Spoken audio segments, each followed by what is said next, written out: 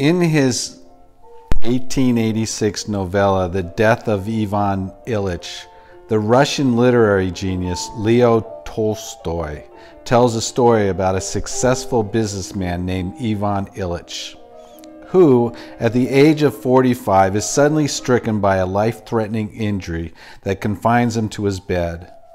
While lying alone in the dark one evening, Ivan contemplates the meaning of his life and his impending death.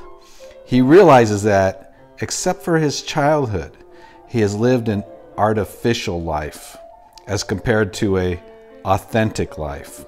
He has lived a most simple and most ordinary life, spending his days climbing the social and work ladders, living a life that society wanted him to live instead of a life that he wanted to live. Can it be I have not lived as one ought? As death draws near, Ivan anguishes over the fact that he doesn't know who he really is, and it's now too late to know. He feels done for. There was no way back. The end was here, the absolute end. He screams, "I have been here. Now I am going there." Where? As babies and young children, we knew exactly what we wanted. We knew when we wanted to eat and drink, when we wanted love, and when we wanted to sleep. We had no problem expressing ourselves. We ate food we loved and we spit out food we hated. We smiled and laughed one minute, and we shouted and cried the next minute.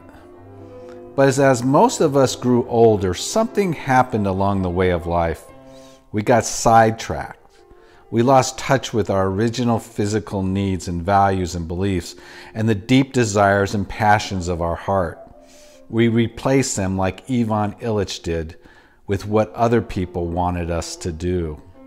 As a result, we have not lived as one ought. We arrived at the top of the ladder only to learn we were leaning against the wrong wall.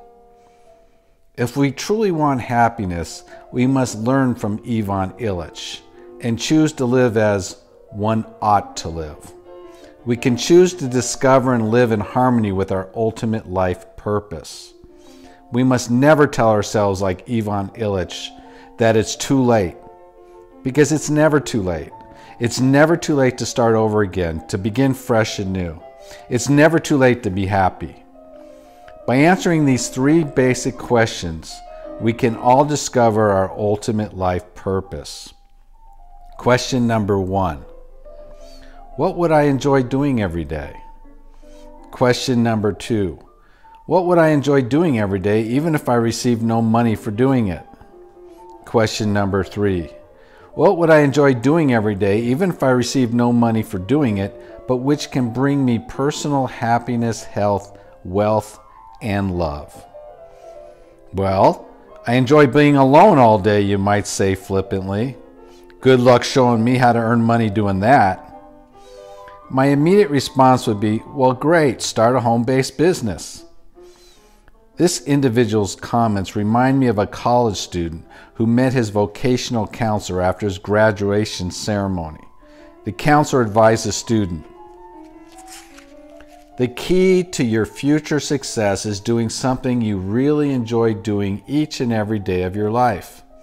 For which the student responded, "Well, I really enjoy living at home with my mom and dad." There are countless examples of how people converted their personal passions into multi-million-dollar businesses. Oprah Winfrey enjoyed talking to people all day. She became a successful talk show host. Sylvester Stallone enjoyed writing and acting. He wrote the screenplay for the movie Rocky in only 4 days and turned Rocky Balboa into a billion-dollar enterprise.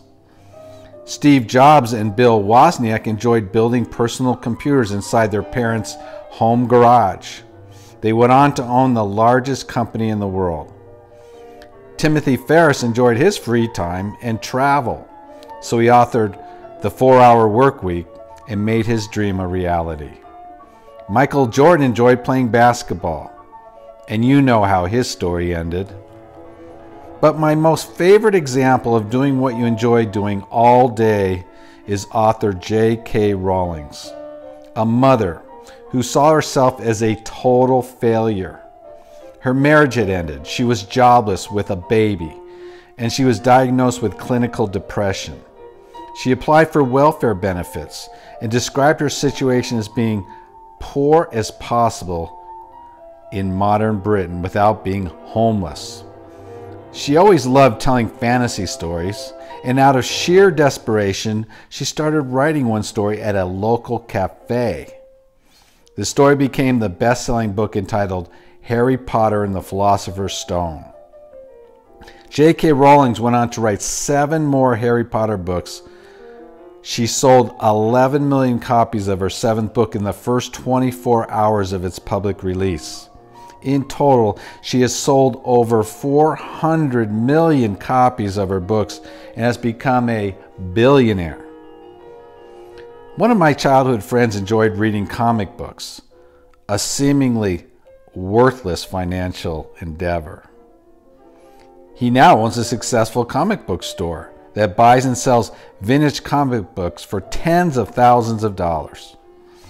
Another childhood friend of mine enjoyed buying and trading baseball cards. He now owns a successful baseball card business. Yet another friend always tried selling me stuff his parents threw away. He's now a successful seller on eBay. And then there's me. I always enjoyed debating and arguing with people, including my parents, well, at least during my younger years, so I became a trial attorney. I also enjoyed saving taxes, so I wrote the book, Kill Your Taxes Dead. All these people teach us one valuable lesson. We live in a world of limitless possibilities. Nothing is impossible. That's why it's spelled I'm possible. We have total control of our lives. We choose the meaning and direction of our lives. If we follow our life passion, what we really enjoy doing each and every day, we can discover our ultimate life purpose and then organize all of our daily activities around it.